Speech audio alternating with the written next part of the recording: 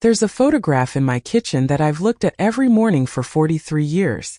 It sits quietly beside the sugar bowl, faded now, its edges soft from handling. In it, 5 children crowd around a kitchen table, their faces bright with birthday cake and laughter. Most people would see a family. What they wouldn't see is the secret I've carried all these years, that one of those children calls me Mama, but doesn't know I'm the only parent they've ever truly had. I've never told this story before. Not to my children, not to anyone. But I'm 72 now, and some truths feel too heavy to take to the grave. So I'm telling you, stranger, because maybe you'll understand why I chose silence over honesty, why I chose love over truth. The summer of 1973 was the kind that clung to your skin like a damp sheet. I was 19, still sleeping in my childhood bedroom with its pale yellow walls, and the window that faced the neighbor's apple tree. The house smelled of my mother's lavender talcum powder, and the burnt coffee she made every morning at 5:30. I was young in the way that only exists before the world shows you what it's really made of. My family was having one of those gatherings that seemed to happen every few months.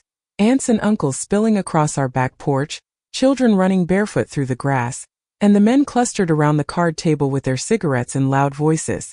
I remember wearing a blue sundress that day, one I'd sewn myself with fabric from Woolworth's. I felt pretty in it, grown up. He was there. I won't say his name even now. He was someone who belonged at our table, someone who'd been coming to these gatherings since I was small, someone my parents trusted, someone who helped my father with his car, and brought my mother flowers from his garden, someone who had watched me grow up. I was in the kitchen, washing dishes because that's what the women did while the men played cards. The screen door was open, and I could hear the laughter from outside mixing with the sound of running water. He came in for another beer, he said. The kitchen was small and he stood too close. His hand found my waist, then moved where it shouldn't have gone. I said no. I said it quietly at first, then louder. I tried to move away, but he was stronger, and the counter was behind me. When it was over, I stood there shaking, my blue dress wrinkled, my hair messed. He straightened his shirt and walked back outside like nothing had happened, like he hadn't just taken something from me that I could never get back. I waited until the next morning to tell my mother. I found her in the garden, deadheading roses in the early light. My words came out in a rush, shaky and raw. I told her everything, what he'd done, how he'd touched me, how I'd said no and he hadn't listened. She looked at me with something I'd never seen in her eyes before. Not sympathy, not anger at him, but disgust. At me. "Don't you dare," she said, her voice sharp as the pruning shears in her hand. "Don't you dare make up stories about a good man. He's been nothing but kind to this family." I tried to explain, tried to make her understand. But she turned away from me, back to her roses. "I won't hear another word of this nonsense. You've always had too much imagination for your own good." When I told my father that evening, he didn't even let me finish. He stood up from his chair, his face red with anger, and told me to stop telling lies. Said I was trying to ruin a good man's reputation. Said he was ashamed of me. But the truth has a way of making itself known, doesn't it? 6 weeks later, I was throwing up in the bathroom at dawn, and I knew. I knew what that morning in the kitchen had left me with. I told my mother first, hoping that maybe now she'd believe me. Instead, she slapped me. Hard enough that my cheek stung for hours. "You little whore," she said, and those words cut deeper than any physical blow could have. "You've brought shame on this family." My father was worse. He called me names I won't repeat, said I was no daughter of his. When I begged them to help me, to support me, he laughed. A cold, bitter sound. "You made your bed," he said. "Now you'll lie in it. But not under my roof." I had 24 hours to pack my things and leave. 24 hours to figure out how to survive in a world that suddenly felt hostile and cold. I remember sitting on my bed that last night, my hands on my still flat stomach, whispering to the life growing there that everything would be okay. I was lying, of course. I had no idea if anything would ever be okay again. But I packed my clothes into 2 suitcases, took the $47 I'd saved from my job at the Five and Dime, and walked out of that house on a Tuesday morning in August. I never looked back. Not once. If you're watching this and you've ever felt alone, truly alone, please know that you're not the only one. And if this story touches your heart, I'd be grateful if you take a moment to like this video. It means more than you know to have someone listen. I found a room in a boarding house downtown, the kind of place where people minded their own business and asked no questions. The walls were thin, the radiator clanked all night, and I could hear the woman next door crying herself to sleep. But it was mine and it was safe, and that was enough. The landlady, Mrs. Chen, was a small woman with kind eyes who never asked why a 19-year-old girl was living alone. She just handed me the key and told me the rent was due on the first of every month. No exceptions. I found work at Murphy's Diner, a place that smelled of grease and coffee and served breakfast to factory workers starting their shifts at dawn. The owner, Mr. Murphy, was a gruff man with a soft heart who hired me as a kitchen assistant after one look at my face. Maybe he saw something there, desperation, determination, I don't know. But he gave me a chance when no one else would. I washed dishes, peeled potatoes, and cleaned the grill until it shone. My hands were raw from the hot water and harsh soap, but I didn't care. Every dollar I earned was proof that I could survive, that I could make a life for myself and my baby. The other women who worked there, Sarah, who waited tables, and Betty, who managed the cash register, they became my family. They never asked about the baby's father, never judged me for being young and unmarried. They just covered for me when the morning sickness was bad and celebrated with me when I felt the baby kick for the first time. I was 6 months along when he walked into the diner. I noticed him immediately, not because he was handsome, though he was in a quiet way, but because he was alone. Completely alone. He ordered coffee and eggs, sat at the counter, and read his newspaper in silence. Something about him reminded me of myself, like he was carrying weight that no one else could see. His name was Thomas, and he came in every morning at 7:15, ordered the same thing, and left a $1 tip even though his breakfast only cost 60 cents. He was polite but distant, the kind of man who'd learned to keep the world at arm's length. It was Sarah who told me his story. His wife had died in a car accident the year before, leaving him with 3 young children. He worked at the hardware store and was struggling to manage everything alone.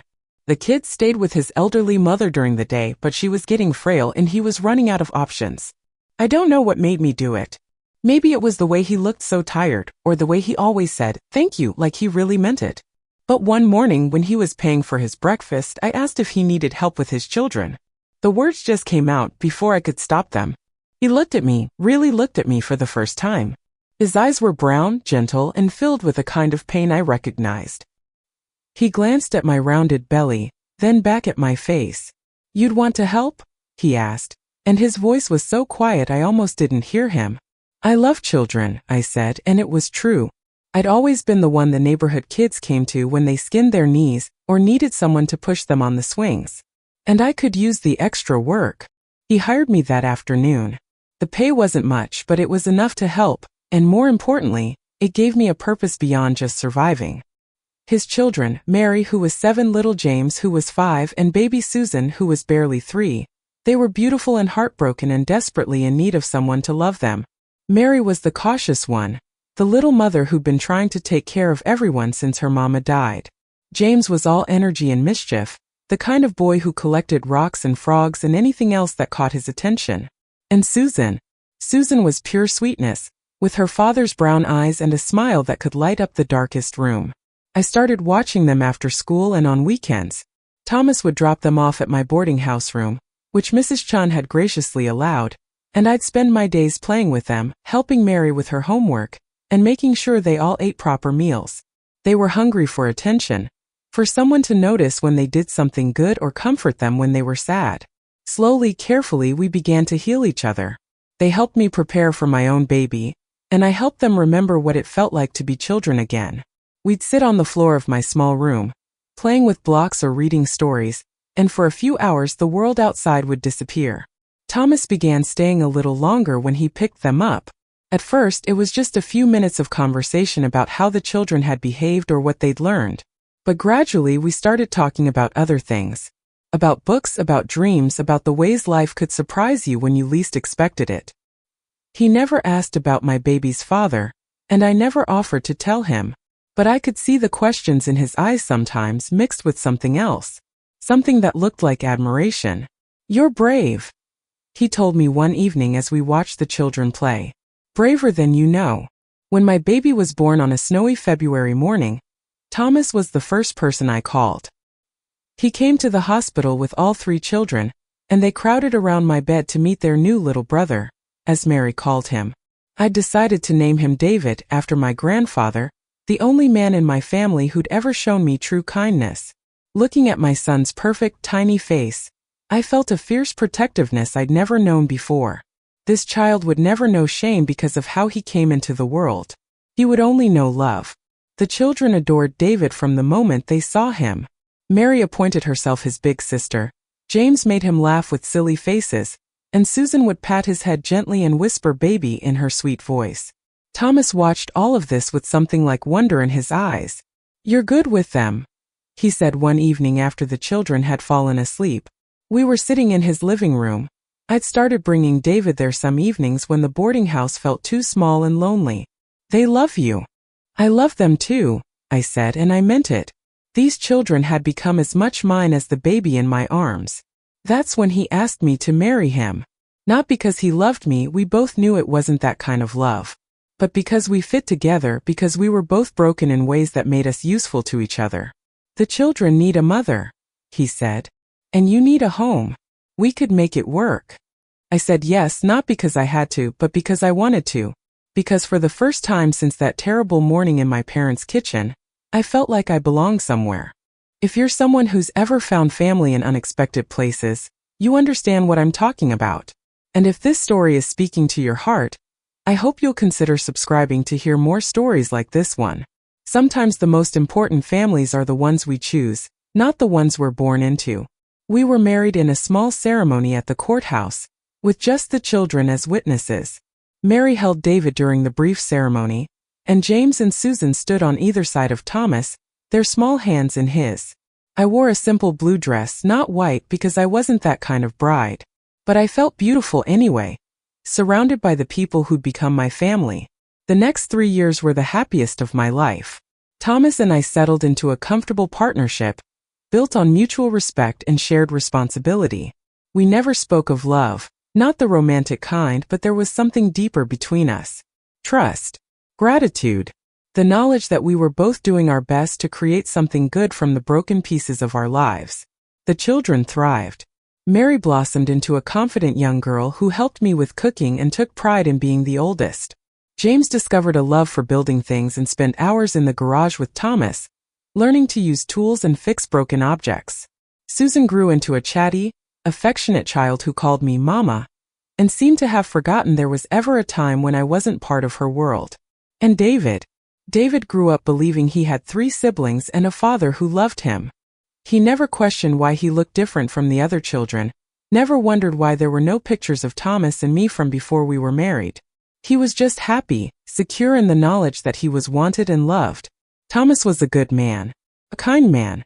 He worked hard at the hardware store, came home tired but always with patience for the children. He taught them to ride bikes and helped with homework and read bedtime stories in his gentle voice. He treated David exactly the same as his own children, never making any distinction between them. In the evenings after the children were asleep, Thomas and I would sit on the porch, talking quietly about their day, about plans for the future, about small ordinary things that felt precious because they were ours.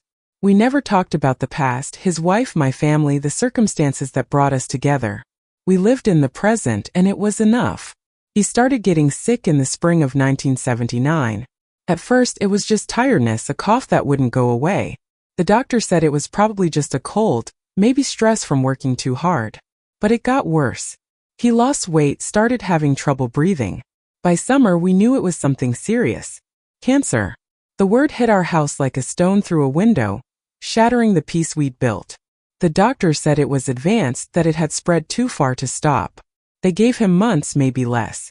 I watched this gentle man who'd given me and my son a home begin to fade away, and I felt helpless in a way I hadn't since I was 19 and alone. But I also felt something else, a fierce determination to protect what we'd built, to make sure the children would be okay no matter what happened. Thomas worried about them constantly. "What will happen to them?" he'd ask in the middle of the night, his voice weak but urgent. "Mary's only 10. James is 8. Susan's 6. They can't lose another parent." "They won't," I promised him, and I meant it with every fiber of my being. "I'll take care of them. All of them. I'll never leave them." He died on a Tuesday morning in October, with the autumn leaves falling outside our bedroom window. I was holding his hand when he went, and his last words were thank you. Thank you for giving his children a mother. Thank you for making his last years happy. Thank you for loving them all.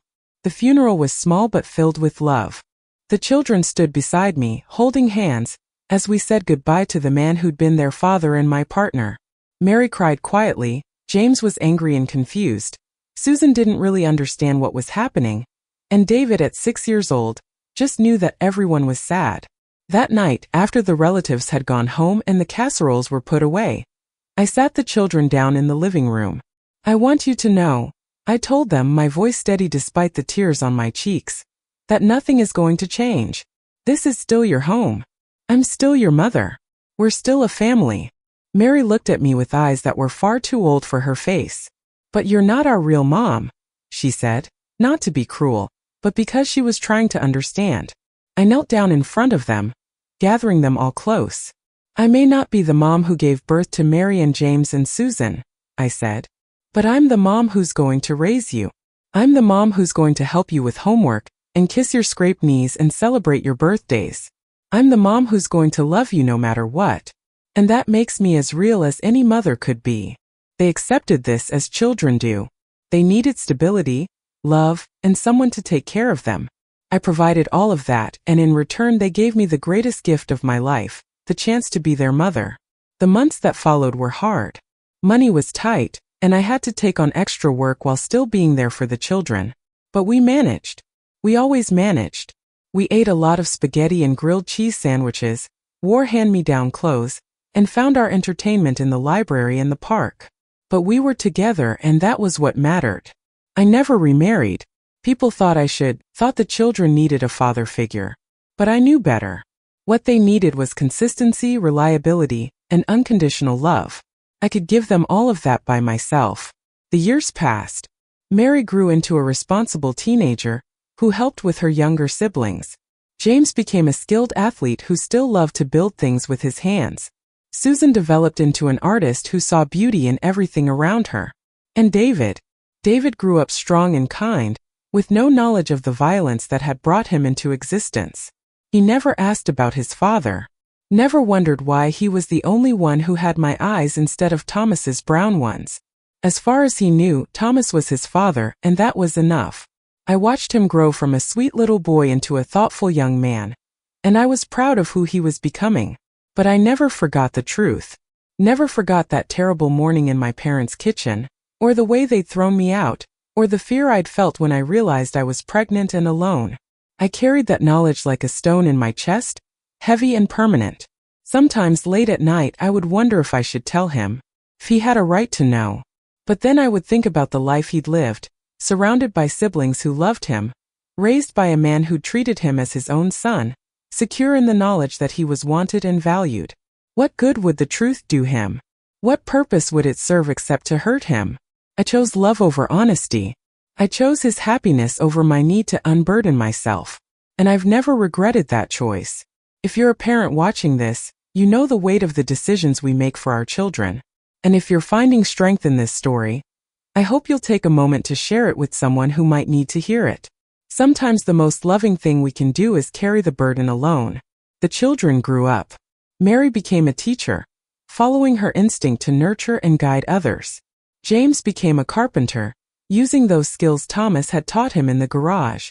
Susan became a graphic designer, channeling her artistic talents into a career she loved. And David became a social worker, driven by a desire to help children who'd been hurt or abandoned. They all stayed close, even as they built their own lives. Sunday dinners were sacred in our family. Everyone would come home, bringing spouses and eventually children of their own. The house would fill with noise and laughter and the smell of roast chicken and apple pie. I would sit at the head of the table, watching my children, all of them, equally mine, and feel a deep contentment. They took care of me as I got older, just as I had taken care of them. When I had to stop working, they made sure I had everything I needed. When I fell and broke my hip, they took turns staying with me until I was back on my feet. When I started forgetting things, they gently helped me remember. They never knew about the secret I carried. Never knew that David's parentage was different from theirs. Never knew about the violence that had brought him into existence, or the family that had abandoned me when I needed them most. As far as they were concerned, we were just a family who'd lost a father too soon but had managed to stick together through love and determination. And maybe that's the truest version of our story anyway. Maybe biology doesn't matter as much as choice. Maybe families are made not by blood but by the daily decision to love each other, to show up for each other, to be there when it matters most. I'm telling you this now because I'm old, and my children are middle-aged, and my grandchildren are starting to ask questions about family history. They want to know about their grandfather Thomas and their great-grandparents and where they came from. They're making family trees for school projects and asking to see old photographs. And I realize that someday after I'm gone, they might discover the truth. They might find out that David's father wasn't Thomas, that their grandmother had been hiding a secret for more than 50 years. They might feel betrayed, or angry, or hurt that I never told them. But I hope they'll understand that every decision I made was made with love, that I chose to protect them from a truth that would have served no purpose except to cause pain, that I gave them the childhood they deserved, safe, secure, and filled with the knowledge that they were wanted and valued. I hope they'll remember the Sunday dinners and the bedtime stories and the way I cheered at their school plays and graduation ceremonies. I hope they'll remember that I was there for every milestone, every heartbreak, every triumph. I hope they'll remember that I loved them completely without reservation or condition. The truth is, I never told them who their father was, David's biological father, I mean. But I raised 5 hearts as one, and that's the truth that matters most.